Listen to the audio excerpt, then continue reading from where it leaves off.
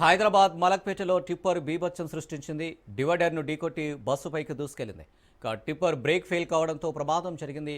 ప్రమాదం తర్వాత tipper driver పరారయ్యాడు. టిప్పర్ బీభత్సంతో దిల్సుఖ్ నగర్ నుంచి షాదర్ఘాట్ వరకు ట్రాఫిక్ జామ్ అయింది.